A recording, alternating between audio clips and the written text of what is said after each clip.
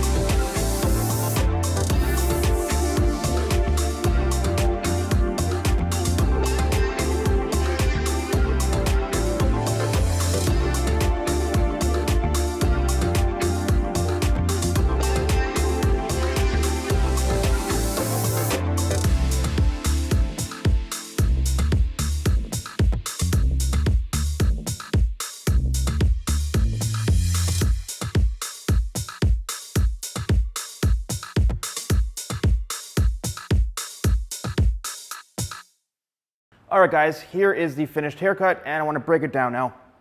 I know I brushed through the whole thing, but it's a bit more complex than it looks, this type of haircut. Now David's hair I think naturally is a bit on the wavy or curlier side, so he's able to get a lot more of those natural kind of waves and that natural texture.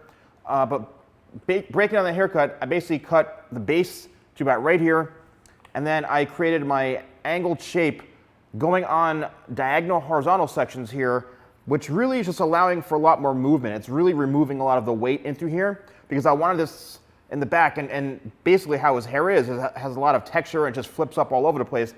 So the best way to go about creating that is by cutting everything kind of out horizontally, and that helps create that shape. And then what I did is I extended the base in through the ear area right down through here, cut a fringe area just to create and establish some length. And then what I did is I went in and I really just heavily layered the whole thing because his hair is, again, in order to get that kind of texture and that wave, even to look like it's wavy, you need to add a lot of layers. And that's kind of what I did throughout the entire top. And continuing the horizontal shape throughout the sides here, I extended that right in through here again to make sure it kind of adds some flip to it, which his hair probably naturally does on its own because of its curl. But then I went in with the razor and I really just carved out a lot of that excess weight to create this shape. And if your hair is thick and if your hair is straight, really the best way to go about doing that is to remove a lot of that weight with a tool like a razor, or even the scissors, but honestly the razor is what gets the best results for the texture. And then into the top here again, went in with my shears, created some texture with the razor, scraped out some weight to add a little bit more of that pieciness, and then I blow dried it. The blow dry technique, a little bit of a trick. If you hold down your hand here and you press down and you blow the hair up, as you can see, it's going to create a little bit of a shape with the hair moving upwards. Just a little bit of a trick.